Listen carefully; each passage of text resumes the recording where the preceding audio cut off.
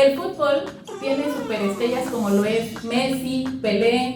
La música tiene a Shakira, a Adele. El básquetbol tiene a LeBron James, a Michael Jordan. Así como cada área tiene superestrellas, las matemáticas tienen a sus propias superestrellas. Y hoy estamos con una de ellas. Él es el doctor Artur Avila. Hello, how are you? Artur, cuéntanos, ¿desde niño tú ya sabías que querías ser un matemático o cuál era tu sueño de niño? Well, since I was very young, I was quite interested in subjects that was in my mind related to mathematics because I always liked to deal with numbers, and I was curious about large numbers, and I was curious in situations where they would appear, which was all over science initially, a lot of regarding planets and star systems and things like this. So I was reading about it and got very curious. And with time I was studying further ahead than the school, what the school was giving me. And I was kind of getting to know things that were more and more related to deeper aspects of mathematics, still very not that deep at the time, but I was very curious about all of that. But in my mind I had no plan to become a mathematician because I didn't even know that you could be a mathematician. So as a kid, it was not a profession that I knew existed. I knew that some people were physicists, some people were chemists, because you read about them, you see some of their discoveries. And about math, rarely you learn about anything that's being done in math right now.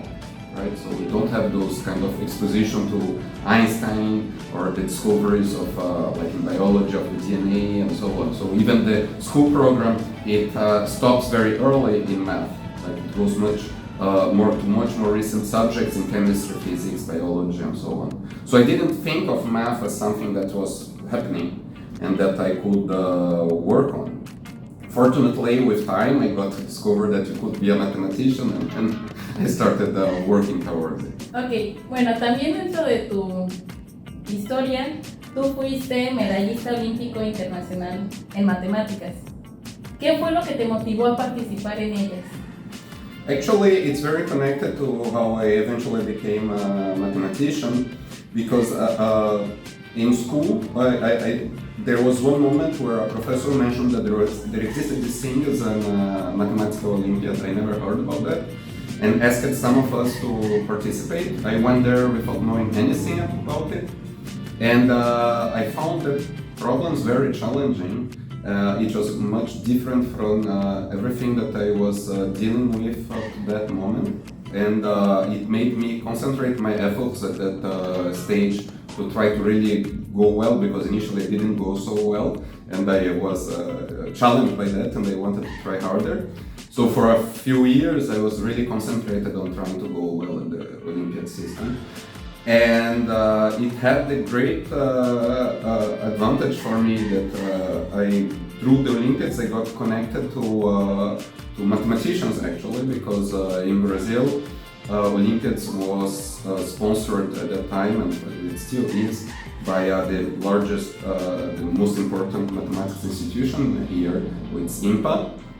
And through IMPA and its connection to Olympiads, I got to know some mathematicians that like Carlos Gustavo Moreira and Nicolau Saldanha, and I saw and discovered that there was active mathematics, those people from the Olympiads, and also other mathematicians at IMPA. So that's how I found out about a career in mathematics, and I made the transition from Olympiads to studying at IMPA. It was very natural in the end for me, and then I continued without any other difficulties since then. ¿Algún consejo que puedas darle a aquellos chicos que están participando en Olimpiadas de Matemáticas, así como aquellos que están actualmente estudiando una carrera en matemáticas o incluso hasta un posgrado?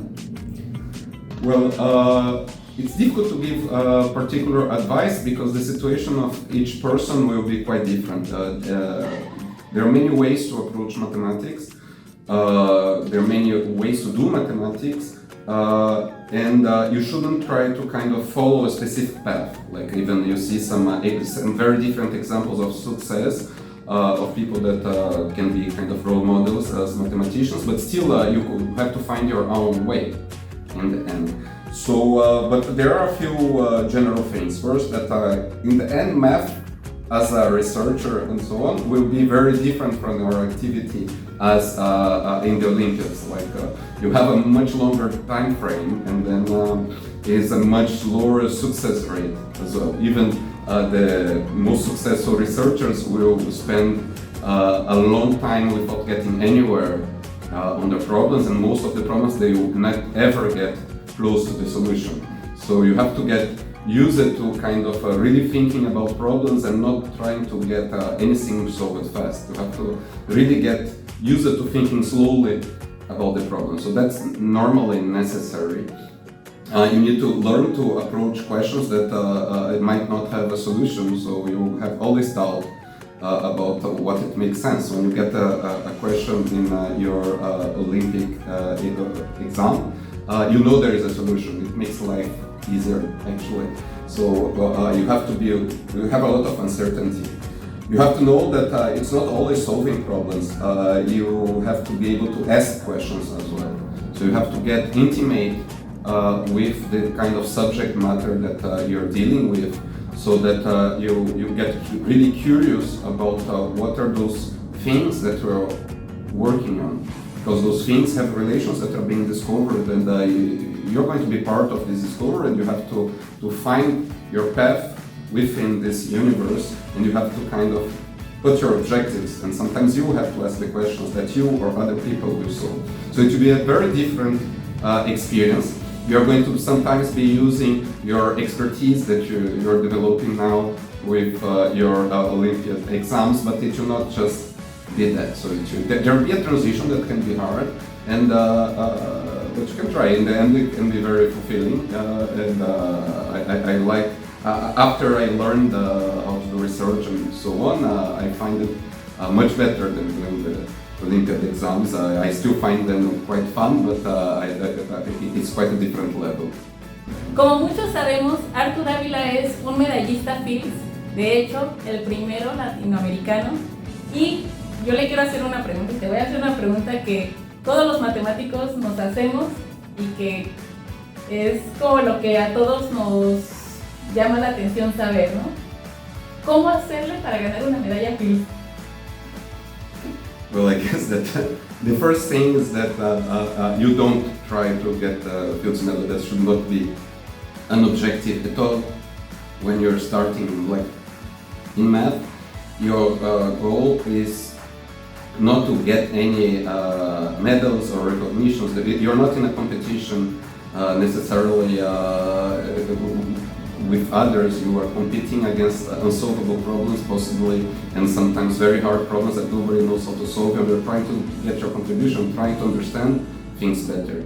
You should get to the level that you understand enough that you're curious about things, and you can derive motivation from asking and trying to answer questions. So that's the right perspective on that. Then that's how you can do good work. If you do good enough work, and then this depends on several kinds of situations that people find themselves. There is an element of luck, for instance, that you cannot do anything about that. Sometimes, you can try to help a little bit your luck, but in the end there is luck. Like, are you in the right time, exposed to the right questions?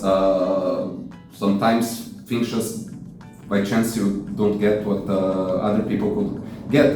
Just could happen. So you have to, like, it's not your objective. It may happen, but it's a consequence always of the work you have done. That by the time that you might be thinking about that you might be close to getting any kind of recognition, you should be extremely satisfied with the quality of your work. You should be happy just by the kind of theorems that you're proving and the understanding that you're getting. So you're going to be happy already. So you might get happier with the medal, but by this time it will not matter that much.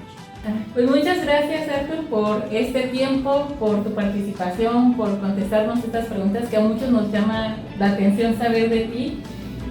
Muchas gracias a ustedes y eso es todo por hoy. Nos vemos.